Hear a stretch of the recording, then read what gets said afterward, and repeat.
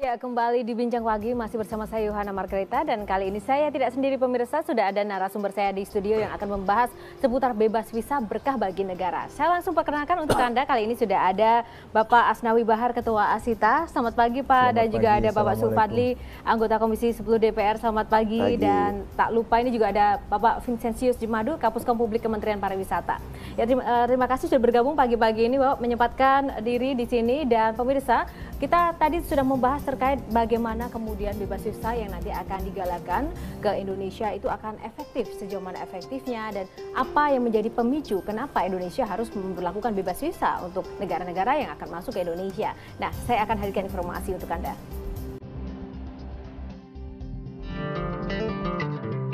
Indonesia resmi menambah daftar negara yang mendapatkan fasilitas bebas visa kunjungan ke tanah air melalui Peraturan Presiden Nomor 69 Tahun 2015. Yang ditandatangani oleh Presiden Joko Widodo pada 9 Juni lalu. 30 negara tambahan ini dinyatakan bebas visa kunjungan untuk tempat pemeriksaan imigrasi tertentu.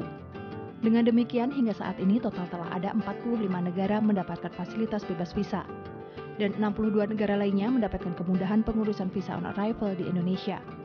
Langkah ini dianggap sebagai cara termudah untuk meningkatkan devisa yang masuk ke negeri ini tanpa harus meningkatkan investasi baru. Dari tahun ke tahun, sumbangan sektor pariwisata dalam perekonomian nasional pun juga terus meningkat. Pariwisata menjadi penyumbang devisa negara terbesar kelima setelah sektor migas, kelapa sawit, batu bara, dan karet alam. Kementerian Pariwisata bahkan telah memasang target sektor pariwisata mampu menyumbang produk domestik bruto Indonesia dari 9% di tahun 2014 menjadi 15% di tahun 2019. Sedangkan penerimaan devisa negara dari pariwisata bisa meningkat menjadi 20 miliar dolar Amerika. Beberapa studi kasus juga menunjukkan fasilitas bebas visa dapat meningkatkan kunjungan wisatawan sebanyak 5 hingga 25% dalam kurun waktu 3 tahun.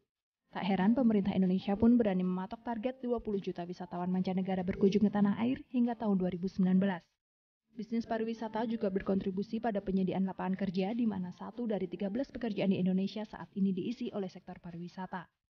Meski demikian, geliat pariwisata Indonesia masih memiliki banyak pekerjaan rumah. Keindahan alam dan kekayaan budaya saja tentu tidak akan cukup untuk menarik para wisatawan asing, jika tidak diimbangi oleh penyediaan fasilitas tempat wisata, kemudahan akses, informasi, dan pembangunan infrastruktur yang memadai. Itu tadi adalah target-target yang ingin dicapai oleh pemerintah Indonesia, khususnya untuk meningkatkan devisa negara. Kita langsung saja bertanya pada Pak Asnawi Bahar. Pak, sebenarnya kapan diberlakukan bebas visa dan sejauh mana efektivitas yang didapatkan dari kebijakan ini? Terima kasih. Sebenarnya bebas visa ini akan diberlakukan 1 Juli ya. 1 Juli 2015 dan sebenarnya itu sudah harus diberlakukan semenjak dia diundangkan.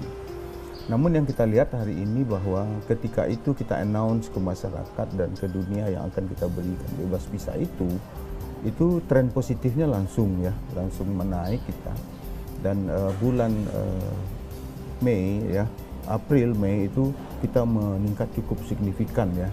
Saya kaget setengah mati ketika dalam bulan April itu ya, Cina dan Korea naiknya cukup tajam. 17% dan 16% gitu.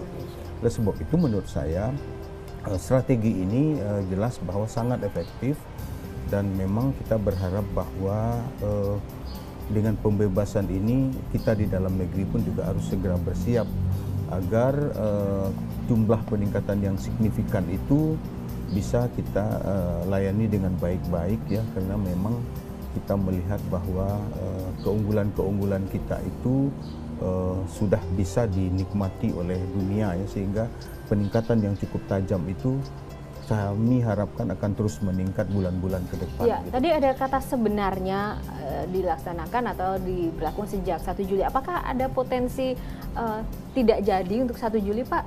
Oh tidak, dia sudah diundangkan. Ya. Enggak, jadi maksud saya begini. Ketika diundangkan semestinya bebas visa itu sudah berlaku.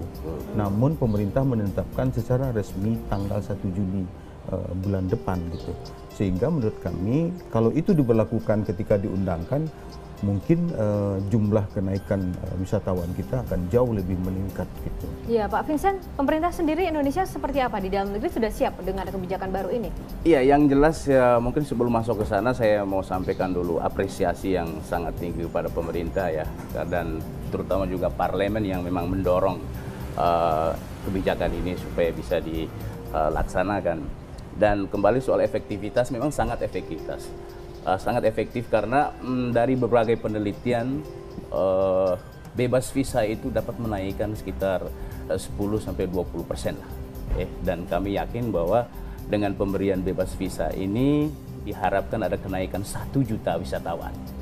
Dan kalau 1 juta wisatawan dengan spending mereka per visit itu $1.200, kita akan mendapatkan $1 miliar. Jadi sesuai dengan judul tadi bahwa memang berkah bagi devisa negara. Ya, untuk anggaran sendiri Pak, karena kan ada banyak sekali provinsi di Indonesia sejauh ini, tapi untuk sektor pariwisata tidak begitu merata. Seperti apa kesiapan untuk mendorong agar ada pemerataan dan para wisatawan pun juga tidak hanya berfokus pada 1-2 tempat yang sekarang sedang populer, Bali misalnya. Iya. Dari aspek pengembangan destinasi, Kementerian Pariwisata memang punya kebijakan untuk membangun semua destinasi yang punya selling point lah di setiap provinsi. Tapi dari sisi marketing kita harus rasional bahwa dari 3 pintu masuk yang besar seperti Bali, Jakarta, dan Batam itu sudah menyumbangkan 95% secara nasional. Oleh karena itu dari Kementerian Pariwisata, terutama di bawah menteri yang ini yang memang betul-betul concern terhadap marketing, itu melihat bahwa 3 pintu inilah yang memang kita harus promosikan, kita harus jual ke pasar, karena melalui 3 pintu ini itu 95% tugas kita itu sudah selesai sebelum. Sudah selesai. Lalu Pak Zulfadli, dorongan dari DPR sendiri itu apakah memang baru sekarang digalakan untuk mendorong bebas visa atau sejauh mana? Kan ini bagian dari potensi Indonesia kan sudah lama ada begitu, tapi kenapa baru sekarang? Ya, ini kan dorongan kita sebenarnya sudah lama, tapi kan kita tahu bahwa kebijakan ini kan merupakan terkait juga kebijakan luar negeri, gitu. Jadi tidak bisa hanya pariwisata yang menjadi perhatian kita, karena ini terkait juga kebijakan migrasi, karena kita ada aturan undang-undang imigrasi yang mengatur tentang bagaimana pemerintah mengeluarkan visa bebas visa kunjungan ini. Salah satunya kan ada 2 azas yang dipakai, yaitu azas resiprokal dan azas manfaat. Dari sisi manfaat kita tidak usah ragukan bahwa bebas visa kunjungan ini akan berdampak terhadap devisa negara melalui pariwisata. Itu jelas gitu, karena itu menyangkut pelayanan. Tapi terhadap azas resiprokal ini pemerintah harus mengkaji, karena ini undang-undang mengharuskan gitu bahwa negara yang kita berikan bebas visa, mereka juga harus memberikan bebas visa bagi warga negara kita yang ke sana. Ternyata dari yang ditetapkan tambahan 30 negara ini masih sebagian besar belum memberikan bebas visa kepada warga negara kita. Oleh karena itu kita mendorong nanti ke depan, kalau ini berjalan, pemerintah harus melakukan negosiasi kembali. Segera, kalau tidak terpaksa ya kita kaji kembali bebas visanya, atau kita harus minta kepada pemerintah mengusulkan untuk merevisi terhadap undang-undang imigrasi, karena ini ketentuan yang diatur gitu. Ya, nanti kita akan mengetahui bersama negara-negara mana saja yang sudah mendapat bebas visa dari kita tapi belum juga bekerja sama dengan membuka peluang bebas visa untuk Indonesia ke negara-negara tersebut. Namun kita akan membahasnya dan mengetahui informasi tersebut untuk Anda pemirsa selepas jeda pariwara berikut ini. Tetaplah bersama kami di Bincang Pagi.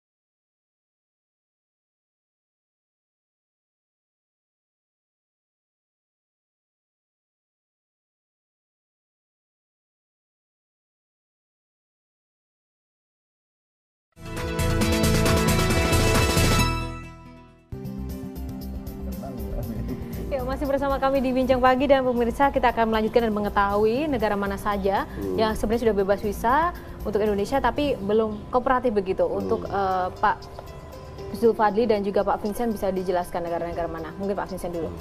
Iya, dari 30 negara ini, semua negara Eropa belum memberikan resiprokal, pendekatan resiprokal kepada Indonesia.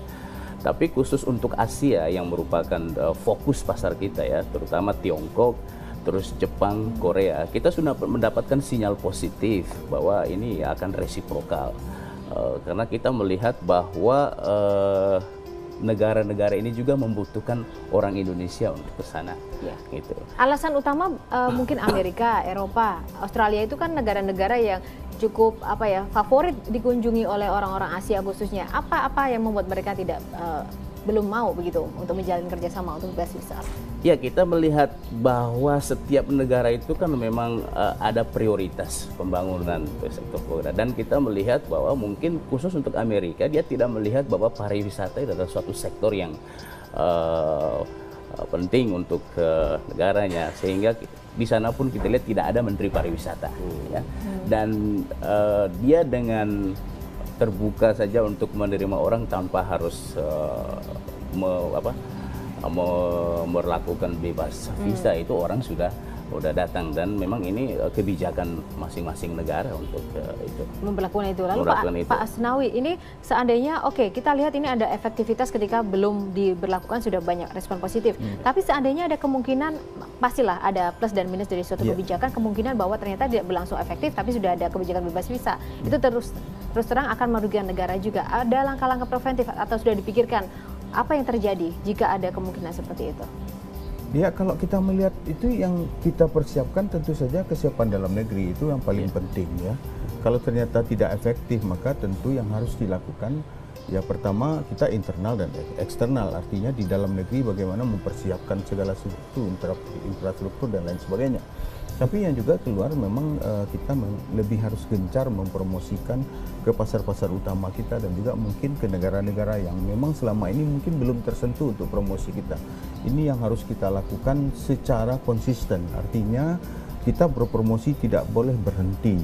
Oleh sebab itu tentu saja pemerintah dengan kita harus saling bahu-membahu agar kemungkinan itu tidak terjadi gitu.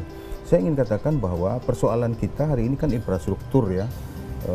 Selain itu juga menurut saya ya, kita itu kalau misalnya mengunjungi suatu destinasi yang negara kita terlalu besar, itu harga tiket itu mahal ya. Misalnya kita ke Timur gitu ya, lebih mahal ke Raja Ampat daripada ke Singapura dan Malaysia.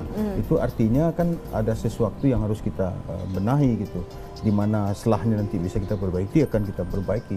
Tetapi apabila ini tidak efektif seperti yang ditanyakan, maka kami tentu saja ingin mengatakan bahwa travel agent itu siap untuk bekerja keras agar kondisi-kondisi seperti ini bisa kita atasi. Tapi saya yakin dan percaya bahwa dengan kondisi bebas visa yang sudah 45 negara ini, kita berharap bahwa kunjungan wisatawan akan naik. Tapi internal di dalam negeri harus kita benahi di segala sektor gitu, bagaimana pelayanan di imigrasi, bagaimana di bandara, bagaimana juga angkutan darat gitu yang memang harus kita benahi, yang dimana semua daerah itu belum siap. Wakil Presiden Yusuf Kala dalam kunjungannya ke London dalam Festival Asyadu sempat mengatakan dan mengkritisi sebenarnya Indonesia punya banyak potensi, tapi masalahnya adalah promosi dan kemasan produk wisata yang kita miliki itu kita belum cukup kreatif untuk mempromosikan itu atau menjual barang-barang itu, sehingga mana mungkin wisatawan mau.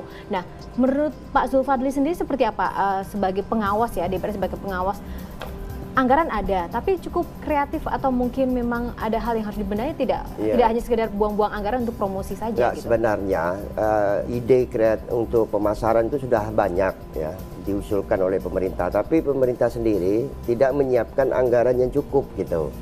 Sehingga kalau diusulkan ke kami dalam pembahasan anggaran untuk promosi wisata selalu kecil, sehingga kita tidak bisa mendukung rencana pengembangan promosi wisata. Baru Menteri Pariwisata sekarang, Pak Arief Yahya ini berani membuat terobosan, bahkan dalam perubahan anggaran kemarin kita tambah 1 triliun lagi untuk promosi. Jadi total ada dari 1,3 triliun untuk promosi wisata. Dan ini banyak ide-ide kreatif yang akan dilakukan oleh Kementerian Pariwisata, termasuk membranding produk-produk wisata kita, sehingga target 2019 20 juta wisman ini kita optimis bisa tercapai gitu. Ya, saya ingin tambahkan soal produk ya, karena pada umumnya produk kan kami yang buat ya, didukung oleh kementerian itu. Sebenarnya produk-produk kita mungkin sudah lengkap ya, artinya tidak ada daerah yang mungkin belum kita kemas dan belum kita susun produknya gitu. Kalau pengemasan kata Pak Wakil Presiden itu kurang baik mungkin dari sisi-sisi tampilan-tampilan, tetapi yang poinnya bahwa semua destinasi yang ada, kombinasi dari produk-produk itu terus kita create sepanjang tahun gitu, sehingga menurut kami ya, kalau berbicara tentang pengemasan sebenarnya yang kurang itu adalah volume kita untuk berpromosi, itu yang kurang. Contoh ya, kami Asita itu roadshow ke Cina ya 6 kali setahun secara organisasi, tidak melibatkan pemerintah gitu. Itu sangat kurang gitu, artinya kemampuan yang terbatas, tetapi karena semangat yang besar kita jalan roadshow dan mengunjungi face to face ya, sales call namanya yang kita lakukan itu, membawa produk-produk itu dengan kemasan-kemasan yang sudah luar biasa, karena memang anggota kami ya itu kan sudah besar-besar ya, yang besar itu ada sekitar 500 sampai 1000 ya, yang sudah punya produk apapun yang bisa kita persandingkan dan kita pertandingkan di tingkat internasional gitu. Yang menjadi poin penting adalah nanti kita akan membahas terkait bagaimana kemudian ketika sudah ada kebijakan bebas visa, tapi juga ekspektasi dari wisatawan yang masuk ke Indonesia itu tetap terjaga. Jadi mereka tidak kecewa dengan apa yang mereka lihat di wilayah-wilayah wisata kita. Nah, seperti apa yang sudah dipersiapkan dan sejauh mana nanti antisipasi untuk hal-hal yang tidak diinginkan, kita akan membahasnya sesaat lagi pemirsa. Tetaplah bersama kami di Bincang Pagi.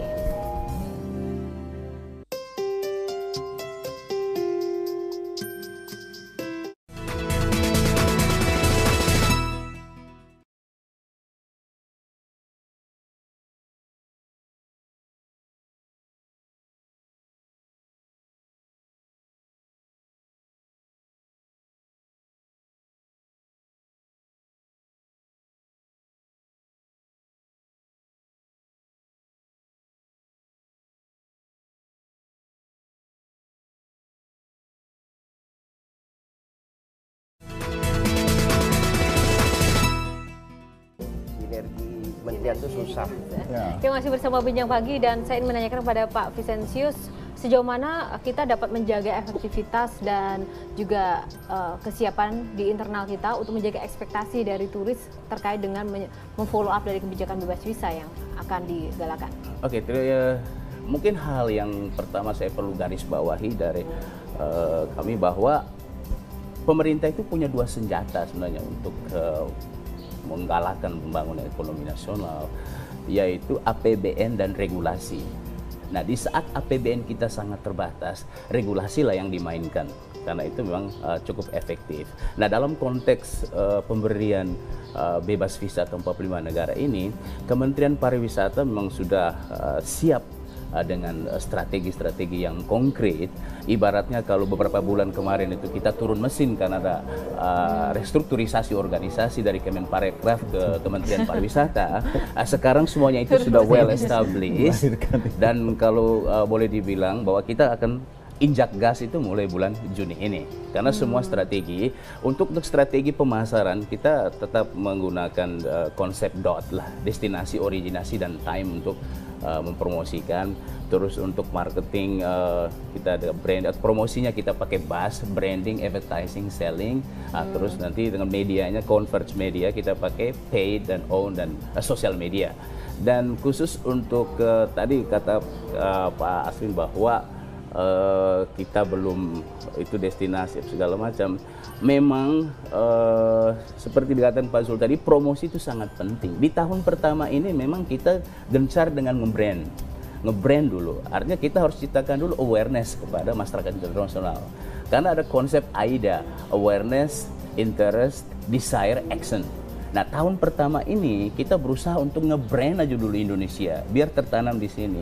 Nanti mungkin tahun kedua itu sudah mulai ada interest dan desire untuk melakukan perjalanan wisata Indonesia. Dan menyangkut persiapan tadi, saya setuju dengan Pak Aswin bahwa secara internal ini memang kita harus siap. Imigrasinya, terus industrinya, terus bahkan keamanan juga harus siap. Ini harus sinergi. Nah, inilah yang merupakan PR bersama bagi kita untuk kedepannya. Ya, infrastruktur gimana nih Pak? Saya mengamati bahwa ada beberapa wilayah yang untuk menjangkau ke daerah terpencil kita masih terkendala dengan transportasi, atau mungkin ada di suatu wilayah tertentu toiletnya juga belum bersih sehingga wisatawan juga malas begitu untuk berangkat ke situ. Itu yang menyebabkan daya saing pariwisata negeri kita itu lebih rendah daripada Malaysia, Thailand, hasil daripada peringkatan yang terakhir di 2015. Itu ada 3 faktor. Pertama memang infrastruktur kita masih lemah, kemudian kesehatan, kebersihan, kemudian environment, lingkungan. Ini sangat terasa sekali ketika kita kalau lihat turis-turis kita ini jarang lama tinggal di destinasi atau juga jarang kembali. Padahal tujuan kita sebenarnya termasuk kebijakan bebas visa ini bukan jumlah wisatawannya, tetapi devisa yang masuk gitu. Berarti spending money-nya yang harus kita perbesar sehingga dia datang bisa berulang-ulang, kemudian dia datang juga bisa staying lama. Itu yang kita pentingkan gitu supaya devisa kita masuk. Oleh karena itu harus diimbangi juga dengan kebijakan memperbaiki infrastruktur tadi. Ya, itu dorongan untuk terutama Pak, kebersihan itu kan hal yang membuat wisatawan kita nggak usah luar negeri, yang dalam negeri pun itu nyaman. tugas dari pemerintah daerah setempat. Iya, saya mau tambahkan seperti pemerintah daerah itu begini ya. Di nasional nih lagi gembar-gembor, kita lagi semangat-semangatnya di kerjaan. Tapi karena otonomi daerah, kewenangan pusat dan daerah yang berbeda, dan misalnya juga kepedulian banyak juga pemimpin-pemimpin di daerah itu yang begitu gencar kita berbicara dan mengembangkan pariwisata.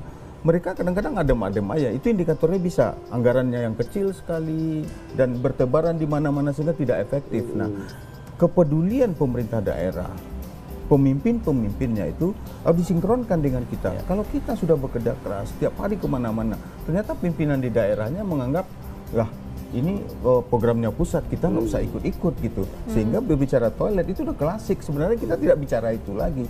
Tetapi masih terjadi seperti itu, seakan-akan kita baru mulai. Oleh sebab itu sinkronisasi program antara pusat dan daerah harus peduli bahwa ini pariwisata adalah harapan masa depan. Ternyata sekarang banyak daerah yang katakan dengan anggaran yang kecil artinya kan menyepelekan ke pariwisata itu. Padahal ini adalah sumber kemakmuran rakyat yang memang multiplier efeknya luar biasa. Sejauh ini tetapi banyak pemimpin. apa, Pak? Kalau saya katakan masih banyak daerah-daerah yang pariwisatanya tidak berkembang. Coba kita hanya berbicara Bali, Jogja, Jawa Barat, Sumatera Barat, Sumatera Utara, Sulawesi Selatan, yang lain tidak gitu. Sedikit saya menggarisbawahi tadi masalah kebersihan kesehatan. Jadi memang Kementerian Pariwisata sangat menyadari itu. Oleh karena itu Menteri Pariwisata untuk hal yang kecil aja kita toilet ya. Di tahun ini Pak Menteri sudah menginstruksikan bahwa kita coba sebagai pionir ya, kita bangun 34 toilet di 34 provinsi dengan ukuran katakanlah 36, 45 sampai 54, dan itu nanti akan dioperasionalisasikan oleh swasta secara bisnis. Karena itu secara profesional itu pasti akan berjalan dengan baik. Kalau dibiarkan dikelola oleh katakanlah oleh pemerintah daerah selama ini, itu pasti akan kembali lagi ke lagu lama. Otomatis kita butuh menggandeng pihak-pihak lain ya. Pasti kita akan gandeng swasta. Kalau cuma toilet yang kita bahas itu kan betul programnya harus dilakukan. Itu di Malaysia Pak Mahathir Mohamad, tapi itu udah bicara 20 tahun yang lalu. Kalau sekarang kita untuk mendorong agar menjadi trigger di daerah, kita sepakat itu. Tapi banyak hal lain lagi yang memang harus kita benahi. Misalnya premanisme di objek di daerah-daerah itu masih terlalu besar ya. Lalu pelayanan imigrasi ya, yang memang misalnya gate-nya itu berapa, cuma hanya 2 atau 3, petugasnya cuma 2. Ini kan juga persoalan penganggaran yang memang harus dilakukan. Yang pasti kita harus nanti menyelidiki juga untuk membahas dari hal terkecil, jika tidak terselesaikan tentu saja dari hal besar kita juga mungkin nggak mampu. Nah, seperti apa nanti langkah-langkah pemerintah dan juga segenap stakeholder untuk dapat memanfaatkan potensi kebijakan bebas visa, sesaat lagi pemirsa di Bincang Pagi.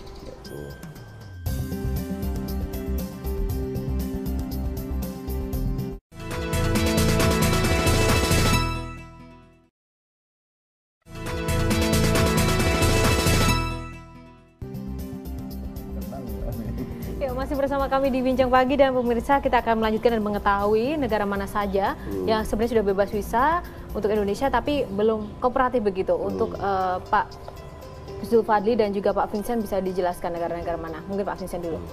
Iya, dari 30 negara ini semua negara Eropa belum memberikan resiprokal, pendekatan resiprokal kepada Indonesia. Tapi khusus untuk Asia yang merupakan fokus pasar kita ya, terutama Tiongkok, terus Jepang, Korea, kita sudah mendapatkan sinyal positif bahwa ini akan resiprokal. Karena kita melihat bahwa negara-negara ini juga membutuhkan orang Indonesia untuk ke sana. Ya. Gitu. Alasan utama mungkin Amerika, Eropa, Australia itu kan negara-negara yang cukup favorit dikunjungi oleh orang-orang Asia khususnya. Apa yang membuat mereka belum mau begitu untuk menjalin kerjasama untuk bebas visa? Ya, kita melihat bahwa setiap negara itu kan memang ada prioritas pembangunan sektor pariwisata, dan kita melihat bahwa mungkin khusus untuk Amerika dia tidak melihat bahwa pariwisata itu adalah suatu sektor yang penting untuk negaranya, sehingga di sana pun kita lihat tidak ada menteri pariwisata, ya. Dan dia dengan terbuka saja untuk menerima orang tanpa harus melakukan bebas visa, itu orang sudah datang, dan memang ini kebijakan masing-masing negara untuk itu memperlakukan itu. Lalu Pak Asnawi, ini seandainya kita lihat ini ada efektivitas ketika belum diberlakukan sudah banyak respon positif.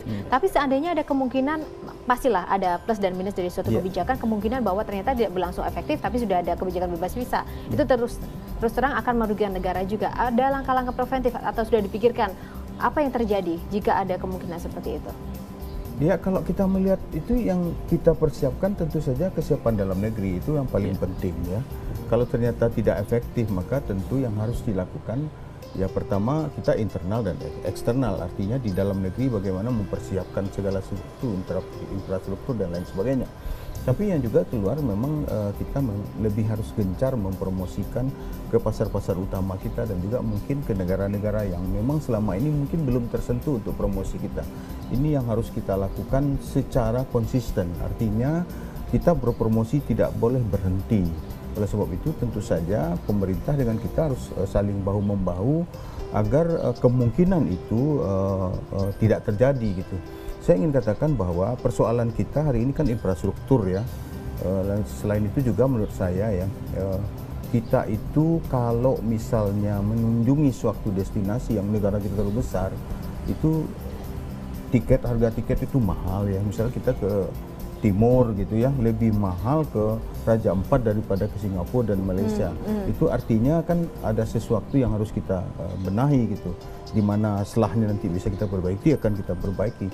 Tetapi apabila ini tidak efektif seperti yang ditanyakan, maka kami tentu saja ingin mengatakan bahwa travel agent itu siap untuk bekerja keras agar kondisi-kondisi seperti ini bisa kita atasi. Tapi saya yakin dan percaya bahwa dengan kondisi bebas visa yang sudah 45 negara ini, kita berharap bahwa kunjungan wisatawan akan naik. Tapi internal di dalam negeri harus kita benahi di segala sektor gitu. Bagaimana pelayanan di imigrasi, bagaimana di bandara, bagaimana juga angkutan darat gitu yang memang harus kita benahi, yang dimana semua daerah itu belum siap. Wakil Presiden Yusuf Kala dalam kunjungannya ke London dalam Festival Asyadu sempat mengatakan dan mengkritisi sebenarnya Indonesia punya banyak potensi, tapi masalahnya adalah promosi dan kemasan produk wisata yang kita miliki itu kita belum cukup kreatif untuk mempromosikan itu atau menjual barang-barang itu, sehingga mana mungkin wisatawan mau.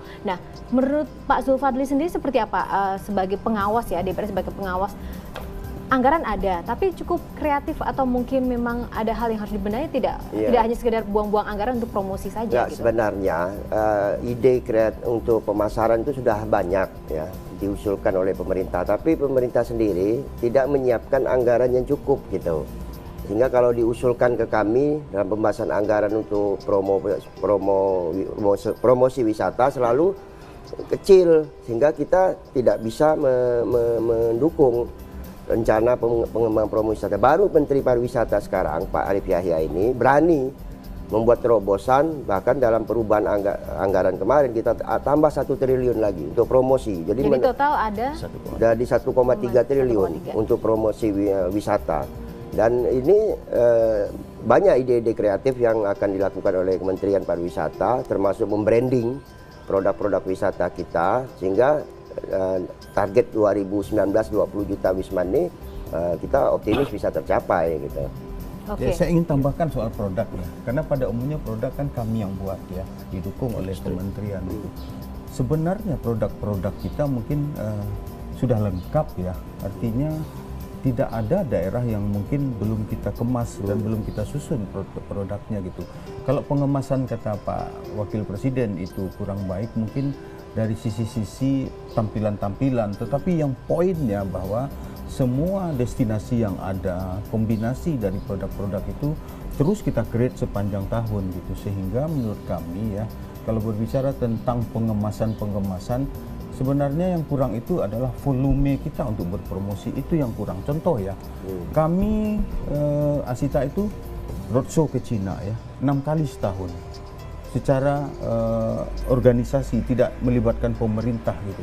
Itu sangat kurang gitu, artinya kemampuan yang terbatas, tetapi karena semangat yang besar kita jalan roadshow dan mengunjungi face to face ya, sales call namanya yang kita lakukan itu, membawa produk-produk itu dengan kemasan-kemasan yang sudah luar biasa, karena memang anggota kami ya itu kan sudah besar-besar ya, yang besar itu ada sekitar 500 sampai 1000 ya, yang sudah punya produk apapun yang bisa kita persandingkan dan kita pertandingkan di tingkat internasional gitu. Yang menjadi poin penting adalah nanti kita akan membahas terkait bagaimana kemudian ketika sudah ada kebijakan bebas visa, tapi juga ekspektasi dari wisatawan yang masuk ke Indonesia itu tetap terjaga. Jadi mereka tidak kecewa dengan apa yang mereka lihat di wilayah-wilayah wisata kita. Nah, seperti apa yang sudah dipersiapkan dan sejauh mana nanti antisipasi untuk hal-hal yang tidak diinginkan, kita akan membahasnya saat lagi pemirsa. Tetaplah bersama kami di Bincang Pagi.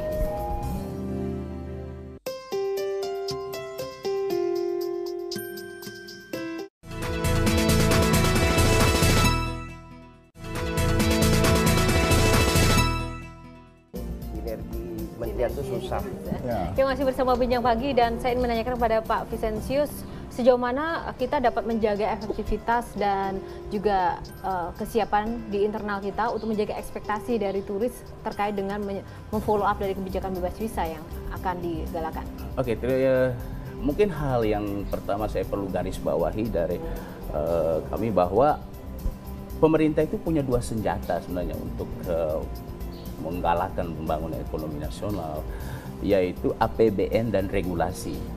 Nah, di saat APBN kita sangat terbatas, regulasi lah yang dimainkan, karena itu memang cukup efektif.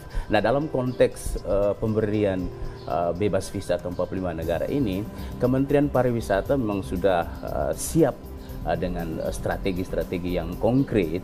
Ibaratnya kalau beberapa bulan kemarin itu kita turun mesin karena ada restrukturisasi organisasi dari Kemenparekraf ke Kementerian Pariwisata, sekarang semuanya itu sudah well established, dan kalau boleh dibilang bahwa kita akan injak gas itu mulai bulan Juni ini, karena semua strategi untuk strategi pemasaran kita tetap menggunakan konsep DOT lah, destinasi, originasi, dan time untuk mempromosikan. Terus untuk marketing kita ada brand, promosinya kita pakai BAS, branding, advertising, selling. Terus nanti dengan medianya, converge media, kita pakai paid dan own dan social media. Dan khusus untuk tadi kata Pak Aswin bahwa kita belum itu destinasi segala macam.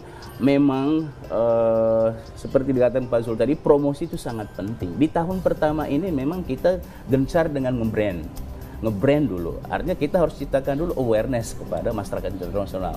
Karena ada konsep AIDA, awareness, interest, desire, action. Nah, tahun pertama ini kita berusaha untuk nge-brand aja dulu Indonesia, biar tertanam di sini. Nanti mungkin tahun kedua itu sudah mulai ada interest dan desire untuk melakukan perjalanan wisata Indonesia. Dan menyangkut persiapan tadi, saya setuju dengan Pak Aswin bahwa secara internal ini memang kita harus siap. Imigrasinya, terus industrinya, terus bahkan keamanan juga harus siap. Ini harus sinergi. Nah, inilah yang merupakan PR bersama bagi kita untuk ke depannya. Ya, infrastruktur gimana nih Pak? Saya mengamati bahwa ada beberapa wilayah ya untuk menjangkau ke daerah terpencil kita masih terkendala dengan transportasi atau mungkin ada di suatu wilayah tertentu toiletnya juga belum bersih sehingga wisatawan juga malas begitu untuk berada di situ. Itu yang menyebabkan daya saing pariwisata negeri kita itu lebih rendah daripada Malaysia, Thailand, hasil daripada peringkatan yang terakhir di 2015. Itu ada 3 faktor. Pertama memang infrastruktur kita masih lemah, kemudian kesehatan, kebersihan, kemudian environment, lingkungan. Ini sangat terasa sekali ketika kita kalau lihat turis-turis kita ini jarang lama tinggal di destinasi atau juga jarang kembali. Padahal tujuan kita sebenarnya termasuk kebijakan bebas visa ini bukan jumlah wisatawannya, tetapi devisa yang masuk gitu. Berarti spending money-nya yang harus kita perbesar sehingga dia datang bisa berulang-ulang, kemudian dia datang juga bisa staying lama. Itu yang kita pentingkan gitu supaya devisa kita masuk. Oleh karena itu harus diimbangi juga dengan kebijakan memperbaiki infrastruktur tadi. Ya, itu dorongan untuk terutama Pak, kebersihan itu kan hal yang membuat wisatawan kita nggak usah luar negeri, yang dalam negeri pun itu nyaman. tugas tadi pemerintah daerah setempat. Iya, saya mau tambahkan pemerintah apa? daerah itu begini ya. Di nasional nih lagi gembar-gembor, kita lagi semangat-semangatnya di kerjaan. Tapi karena otonomi daerah, kewenangan pusat dan daerah yang berbeda, dan misalnya juga kepedulian banyak juga pemimpin-pemimpin di daerah itu yang begitu gencar kita berbicara dan mengembangkan pariwisata. Mereka kadang-kadang adem-adem aja, itu indikatornya bisa anggarannya yang kecil sekali dan bertebaran di mana-mana sehingga tidak efektif. Nah, kepedulian pemerintah daerah, pemimpin-pemimpinnya itu harus disinkronkan dengan kita. Kalau kita sudah bekerja keras setiap hari kemana-mana, ternyata pimpinan di daerahnya menganggap, lah ini programnya pusat, kita nggak usah ikut-ikut gitu. Sehingga berbicara toilet itu udah klasik, sebenarnya kita tidak bicara itu lagi. Tetapi masih terjadi seperti itu seakan-akan kita baru mulai. Oleh sebab itu sinkronisasi program antara pusat dan daerah harus peduli bahwa ini pariwisata adalah harapan masa depan. Ternyata sekarang banyak daerah yang katakan dengan anggaran yang kecil artinya kan menyepelekan ke pariwisata itu. Padahal ini adalah sumber kemakmuran rakyat yang memang multiplier efeknya luar biasa. Sejauh ini tetapi banyak pemimpin. Apa, Pak? Kalau saya katakan masih banyak daerah-daerah yang pariwisatanya tidak berkembang. Coba kita hanya berbicara Bali, Jogja, Jawa Barat, Sumatera Barat, Sumatera Utara, Sulawesi Selatan, yang lain tidak gitu. Sedikit saya menggarisbawahi tadi masalah kebersihan kesehatan. Jadi memang Kementerian Pariwisata sangat menyadari itu. Oleh karena itu Menteri Pariwisata untuk hal yang kecil aja ya, kita toilet ya. Di tahun ini Pak Menteri sudah menginstruksikan bahwa kita coba sebagai pionir ya, kita bangun 34 toilet di 34 provinsi dengan ukuran katakanlah 36, 45 sampai 54. Dan itu nanti akan dioperasionalisasikan oleh swasta secara bisnis. Karena itu secara profesional itu pasti akan berjalan dengan baik. Kalau dibiarkan dikelola katakanlah oleh pemerintah daerah selama ini, itu pasti akan kembali lagi ke lagu lama. Otomatis kita butuh menggandeng pihak-pihak lain ya. Pasti kita akan gandeng swasta. Kalau cuma toilet yang kita bahas itu kan betul programnya harus dilakukan itu di Malaysia Pak Mahathir Mohamad. Tapi itu udah bicara 20 tahun yang lalu. Kalau sekarang kita untuk mendorong agar menjadi trigger di daerah, kita sepakat itu. Tapi banyak hal lain lagi yang memang harus kita benahi. Misalnya premanisme di objek di daerah-daerah itu masih terlalu besar ya. Lalu pelayanan imigrasi ya, yang memang misalnya gate-nya itu berapa, cuma hanya 2 atau 3, petugasnya cuma 2. Ini kan juga persoalan penganggaran yang memang harus dilakukan. Yang pasti kita harus nanti menyelidiki juga untuk membahas dari hal terkecil jika tidak terselesaikan, tentu saja dari hal besar kita juga mungkin nggak mampu. Nah, seperti apa nanti langkah-langkah pemerintah dan juga segenap stakeholder untuk dapat memanfaatkan potensi kebijakan bebas visa? Sesaat lagi pemirsa di Bincang Pagi.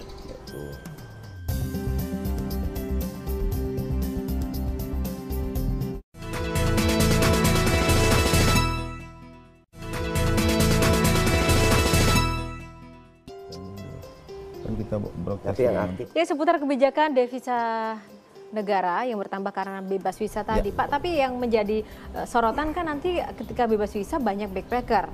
Itu apa, backpacker kan mungkin tidak cukup efektif ya untuk menambah devisa negara. Seperti apa nanti untuk menyiasati agar orang-orang tidak backpackeran gitu masuk ke Indonesia? Pertama tentu saja kita memang harus meningkatkan kualitas dari kedatangan tamu itu ya. Oleh sebab itu kami tentu saja minta dukungan dari bapak-bapak semua lah untuk diberi peran yang lebih baik. Karena apabila bebas visa diberjalankan, yang datang itu semua backpacker, ini target kita untuk meningkatkan spending money itu jadi berkurang. Untuk berkualitas itu memang kita juga harus mempersiapkan paket-paket yang eksklusif ya, karena memang kita targetnya untuk mendatangkan tamu-tamu yang memang ingin lebih lama tinggal di Indonesia.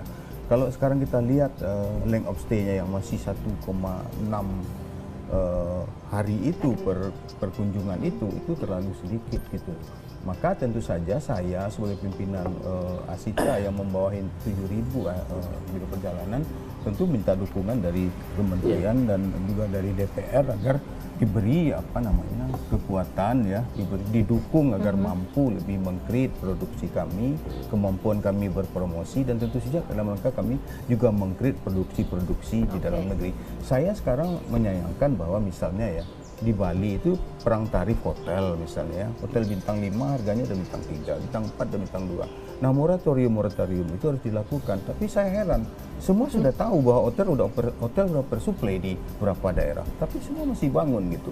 Nah, oleh sebab itu kami ingin minta kepada pemerintah itu agar didukung lebih maksimal untuk mampu bagaimana kualitas tamu ini datang. Kalau nanti 45 negara itu yang datang backpacker saja, spending money dan target 20 miliar itu tidak akan tercapai gitu. Iya, didukung maksimal, belum maksimal kalau kita bicara pasar atau customer itu pasti ada segmentasinya lah. Bahwa ada segmen backpacker, kita setuju, tapi sekali lagi kita tidak mungkin bisa mencegah kedatangan backpackers. Oleh karena itu apa yang kita himbau kepada industri adalah untuk membuat paket-paket yang memang sesuai dengan segmen pasar. Memang saat ini kita belum terlalu maksimal untuk menggrab yang high end atau yang selama ini yang datang memang khusus Australia misalnya itu banyak backpackers ke Bali ya.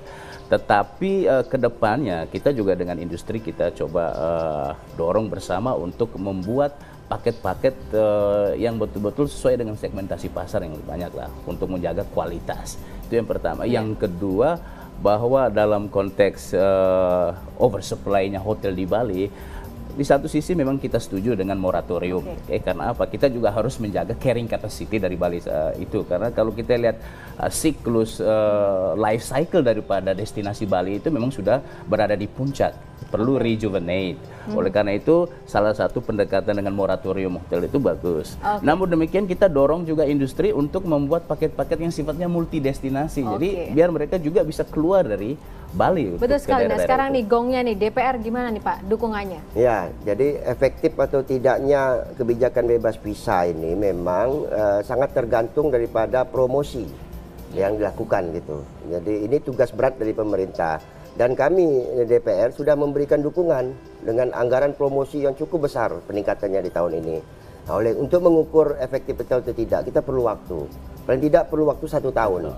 Nanti setelah 1 tahun kita evaluasi mana efektif atau tidak kebijakan bebas visa ini. Baru kita akan tentukan lagi kebijakan apa ke depan, ya, bagaimana mencapai target 20 wisman, 20 juta wisman di tahun 2019. Oke, kita lihat ya 1 tahun ini nanti akan seperti apa dan semoga memang cukup efektif, tidak ada hal-hal yang mungkin malah justru mengganggu stabilnya devisa negara. Iya, sedikit saya tambahin soal anggaran. Memang anggaran sudah besar, tapi kalau kita bandingkan dengan kompetitor kita itu kita masih sepertiganya loh. Sepertiga. Tapi kami bersyukur bahwa kita sudah dinaikkan sampai 4 kali lipat, itu sudah bagus sekali. Yang pasti semuanya optimis ya, dengan langkah ini kebijakan mudah-mudahan memang devisa negara dan juga bebas visa menjadi berkah tersendiri bagi negara Indonesia. Dan terima kasih Bapak-Bapak untuk waktunya, dan pemirsa, semoga apa yang kita bincangkan pada pagi hari ini dapat bermanfaat dan memberikan informasi bagi Anda. Dan atas nama tim yang bertugas, saya Yohana Margarita undur diri, sampai jumpa.